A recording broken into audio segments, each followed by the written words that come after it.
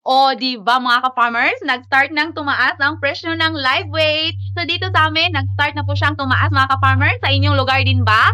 Kaya dapat mag-ingat.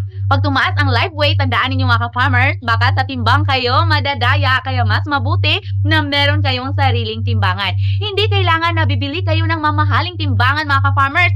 Etong ganitong timbangan, pwedeng-pwede na po. Less than 500 pesos. Ayan, makikita nyo, ito pwedeng 100 kilos, 150 at 200 kilos. So, meron kang pagpipilian ng capacity na gusto mo. So, pero ako mga ka-farmers, pinipili ko po itong 200 kilos para marami po yung pwedeng kagamitan mga ka-farmers. So, ayan, di ba? Spring hanging scale na mura, pero good quality mga ka-farmers at accurate ang timbang. Walang rason na tayong mga backyard hog racers ay madadaya na ngayon.